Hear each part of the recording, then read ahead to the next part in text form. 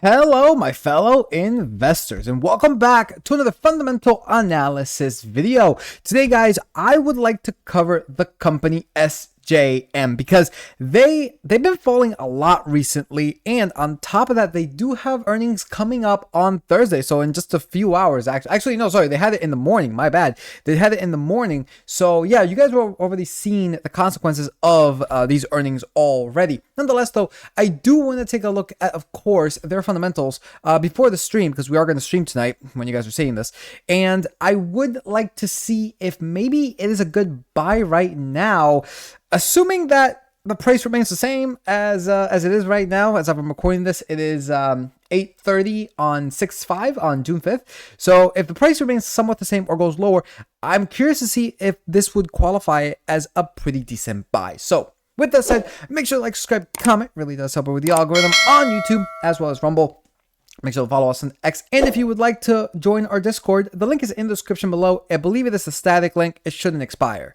Now, here's the thing, guys. I promised that I was going to do a lot more fundamental analysis videos, because with the poll that you guys answered, which, by the way, there's 30 of you guys that have answered already on YouTube. I would like it if a lot more of you answered and chosen. But out of the 30 plus of you that have actually responded, yeah, fundamental analysis is clearly the winner, which is not really surprising, seeing that this was the original thing of the channel, right? So, you know, we're gonna make a lot more of those, and yeah, this is just another one to add to it. So, with that said, let's get started with this analysis.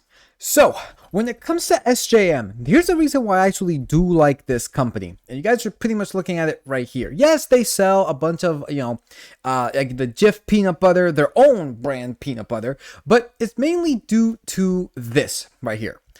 The dog food, the milk bone, the meow mix, that kind of stuff. Mainly because the way that I look at the world right now, guys, is that I just think that, you know, Generation Z, and even to some extent the millennial generation, don't know about alpha yet, they're still too young, but when it comes to millennials and Generation Z, they're having less and less kids, meaning that there's a lot more and more lonely people. So those lonely people, you know, you're gonna get, you know, people having dogs as quote unquote children.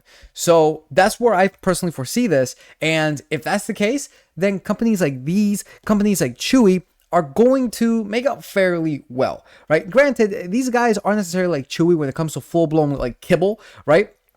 It's more of just like treats.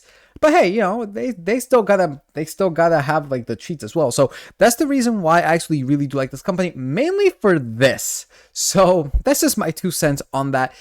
May come true, maybe not. Maybe Chewy's is the one that makes it out, but I'm putting all my chips with this one because I've seen Chewy's fundamentals and they're just not as good as these ones. Now, this one's actually, it's getting a little bit rocky. However, it's still significantly better than that of Chewy's. Maybe that's the next one I will do, just so that way you guys can see that comparison. Nonetheless, though, let's take a look at SJM Smuckers Q4 2024 earnings preview. So this is interesting because this is actually their Q4 2024 right up there. So we got SJM Smuckers scheduled to announce Q4 earnings results on Thursday, June 6th, before market open. The consensus EPS estimates of $2.33. That is estimated to be down 11.7% year over year. That is massive. And the consensus revenue estimate is $2.24 billion, up 0.4% year over year. Over the last 2 years, SJM has beaten EPS estimates 100% of the time and has beaten revenue estimates 63% of the time. Over the last 3 months, EPS estimates have seen 2 upward revisions and 6 downward ones. Revenue estimates have seen 0 upward revisions and 6 downward revisions. So let's take a look at that, because this is actually not looking too hot. We can see here that the last time we got their earnings was on February 27th, and EPS normalized actual coming in at $2.48, beat by 21 cents. The gap, though, coming in at $1.13, that was a miss by 73 cents, and revenue of $2.23 billion, which is a beat by $8.23 million. Now, for this upcoming one, we can see that the EPS normalized estimate, it is $2.33, EPS gap estimate, $2.16, revenue of $2.24 billion. As we just read there, guys, 8 total revisions, 6 of them to the downside. So I don't necessarily know if that's a good thing or not. However, here's the thing. their earnings is very bad. So essentially, I know we're still in the quarter, but I'm saying when it comes to the last year to the 1 year ago value on the net income, it's in the negative. Yeah, it's in the negative. However, it's not necessarily all that bad. And here's the reason why. They recently had a lot of divestitures. And not only that, but they've also acquired, let me see if I can point it right there. They also acquired Hostess brand. And this was on, November 7th. Again, they also had a ton of divestitures as well. We got SJM Smuckers completes divestitures of fermented condiment brands in Canada to Treehouse Foods. This was just as of January 2nd, 2024. And we also have this one. SJM Smucker completes the divestiture of Sahel Snacks brand to Second Nature brand. So they have clearly divested a lot of their overall brands, which obviously is going to dent their overall, their overall bottom and top lines. So that's perfectly explainable in that sense. I am still very curious, though, as to see what in the world their earnings report is going to be tomorrow, because it may come in as a surprise, right? It really may come in as a surprise. Nonetheless, though, this explains a lot as to why we're getting some negative numbers, especially when it comes to the net income. Nonetheless, though, let's jump now into the calculator. We got the ticker for SJM, market cap of 11.7 billion. Again, guys, PE of NA. That's the reason why. Negative net income. Current share price of $110.33. This thing on the 1 year, it is down 26%. On the year to date, down 12.7%. We're near that 52-week lows, guys. $106.32 and a high of $154.34. Coming back over here to the calculator, they do pay the dividend of $4.24. And if we take a look at this dividend, we can see that this is a whopping yield, 3.8%. Payout ratio of 42.34, a little bit misleading. We're going to take a look at this in regards to the free cash flow in just 1 second. 5-year CAGR of 4.51, 23 consecutive years of dividend payment. Ex-dividend date, passed as of May 16th. Payout date was on, actually just 3 days ago when you guys see this, on June 3rd, and they pay their dividends quarterly. Taking a look at back at the calculator, we can see that based off of this $4.24 and the current shares outstanding, they pay out $450.3 million every single year in the form of dividends. And if you take their 10-year average free cash flow and subtract this, they're still left with $404.83 million, guys. Take the last year's free cash flow and they're left with, yikes, $267.71 million. Yeah, these payout ratios are no good, right? These payout ratios are actually really concerning, especially the last year one, 63%. It's a little bit high. It's like, okay, at what point after 60 do you start worrying, right? The 10-year one's looking at 52.66, but if this thing continues to go up, that may be a massive problem, and they may even cut their dividend if they feel that they can't afford it anymore. So now let us jump into their fundamentals, and we're starting off real bad. We got the net income 5 years ago of $565.2 million. 1 year ago of, you guys are seeing that right there, right above my head, negative $91.3 million. And the trailing 12 months is actually even worse. This is concerning. Again, this could just be due to the fact that they did a lot of divestitures, but we don't really see that in the form of their revenue, which is kind of weird, right? Kind of weird. Again, this is definitely something to look more into tomorrow when they have their overall earnings report. Nonetheless, though, this is a decrease of 116%. Guys, just because I own this company doesn't mean that I'm going to be biased for it. Yeah, I think that this is a 45%. And here's the reason why. Well, this looks just like a blip, right? This may just be a blip, but it's still concerning. I don't necessarily know where this is going. It'd be a little bit higher if maybe this was in the positive, but just like a little bit lower than the 2 year ago value of 632 million.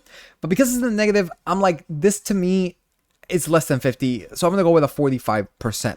Looking now into the free cash flow. Now, this one is a little bit interesting because it's not as bad as you'd think. However, it's still not as good as you would think either. We got 10 years ago of 576.5 million to 1 year ago of $717 million. That is an increase of 24% with an average of $855.12 million.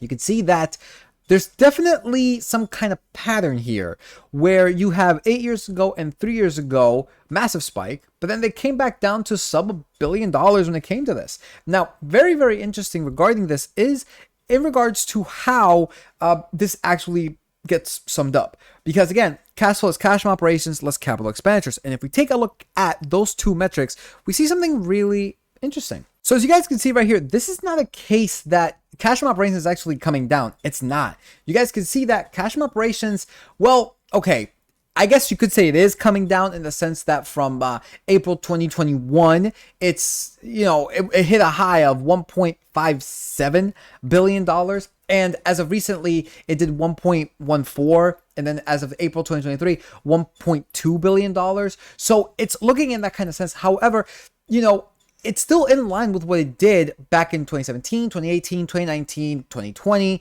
Because remember that because it ends in April 2021, this is taking basically from May, or May of 2020 all the way through the whole entire fiscal year there, right? The whole entire fiscal year to April 2021. So this 2021 number is actually taking majority of the COVID years, which does explain this. Seeing the fact that it's a food company, people weren't going to stop buying food, right? So that does explain that. The fact that the capital expenditures aren't really going up, they're staying roughly the same. Granted, as of recently, they did spike it a little bit. It's still in line with what they've been in the past before. So I don't foresee this as a bad thing. That's why I'm going to give this guys a 65%. Looking now into the revenue. Guys, this is actually a really good revenue. Look at this. 5.61 billion to 1 year ago of 8.53 billion, increase of 52.02%. And a little bit of downturns, 8.76 years ago, but all in all, it's still looking really solid. 85% for me on this one. When it comes to the assets, here is it as a reference only. Liabilities as well. You guys can see that the trailing 12 months, they packed on liabilities. More than that of, the overall margin is a lot higher for the liabilities than it is for, actually, I guess not. This is around $5 billion, and this one, it is at around, what is that? $5 billion. Okay, so it's roughly around the same, right? It's roughly around the same kind of margin. Assets minus liabilities, it's actually not looking too bad either. It's very, very stagnant, right? It's very, very stagnant. We got over here average total assets of 15.8 billion, liabilities of 8.45 billion, and a difference of $7.4 billion. I'm gonna give this guys an 85%. Cash flow minus liabilities, interesting as well here, because you guys can see it's stagnant, but it's slowly heading upwards, which is actually kind of interesting, seeing the fact that their cash flow is just not really doing much of anything. Now, most likely, when we get the most recent year, because of the massive spike of the liabilities, you're going to see a massive just drop right there. So be prepared for that to happen. Nonetheless, though, the average, it is at negative 7.2 billion. As of 1 year ago, it is actually higher than that at negative 7 billion, essentially. I'm going to give this guys an 80%. Now, the shares outstanding. Wow. Okay, first of all, they're in the hundreds of millions of shares, which is really good. Going from 101.7 million to today of 106.2. Yes, this is a decrease, an increase of 4.42%. However, you guys could see that from 9 years ago to today, it is still a decrease. And you guys can see here, when it comes to the previous to the current year, this is an increase of 1.72%. But again, this could just be due to the divestitures, that kind of stuff. So I'm going to give this guys a 75% overall. And lastly, cash and equivalents, they currently hold $35.9 million with an average of $221.51 million. Overall grade for this company, solid 70, right? Solid 70. Main issue is the net income. Honestly, we'll have to see how this turns out. I really do hope that it turns out good, but this is like right at the cusp. Now, thing is, what price do we pay for this company? Because it's been heading down. Is it a good price to buy right now? We shall see.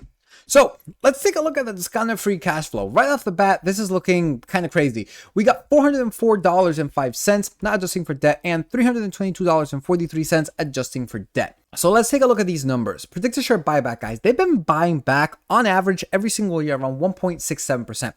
I think a simple 1. Honestly, that may be even stretching it. Let's go with 0. Let's go with 0. Let's go with 1. And then let's go with 2. basically the average that they've been doing recently is within right here, right? It's within the median and the high assumption. Now for the revenue, they've been doing 5.83%. I don't know. They've been very consistent when it comes to the revenue, right? They've been very consistent. I think I'm going to go along the lines of like 3, 5, and 7. I think 3, 5, and 7. That may be pushing it a little bit, but let's go with that.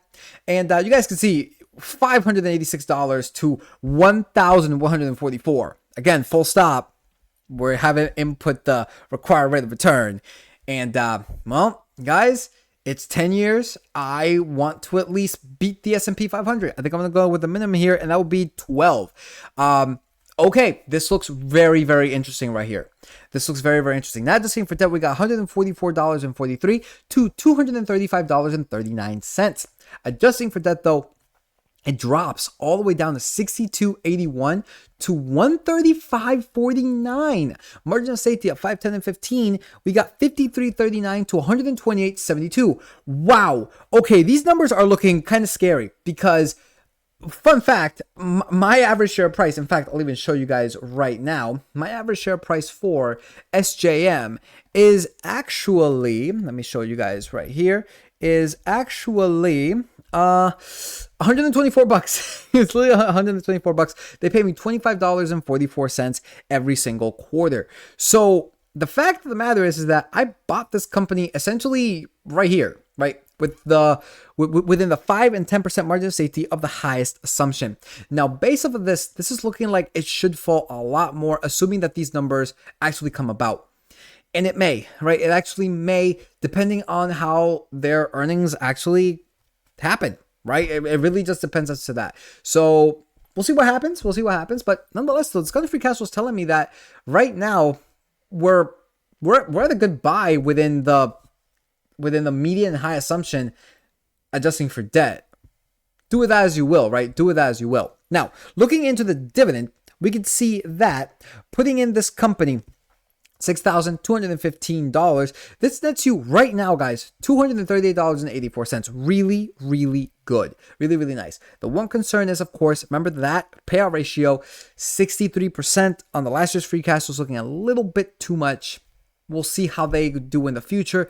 If they continue to be at around this level, it should be okay.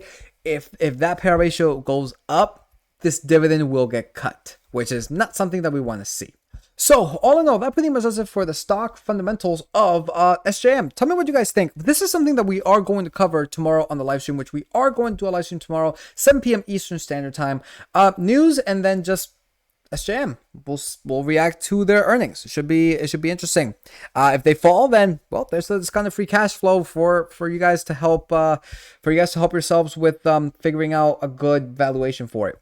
That's my valuation for it. So there you guys have it. Anyways, that pretty much does it, guys. Make sure to like, subscribe, comment. Really does help with the algorithm on YouTube as well as Rumble. Make sure to follow us on X. And if you'd like to join the Discord, it is in the description below, the link. Guys, again, make sure to also go to the communities tab on the channel here on YouTube. If you're on Rumble, you have to go to YouTube. Unfortunately, Rumble doesn't have community tabs. And ask or answer the poll. What one more content would you guys like to see? Right now, fundamentals or fundamental analysis is winning.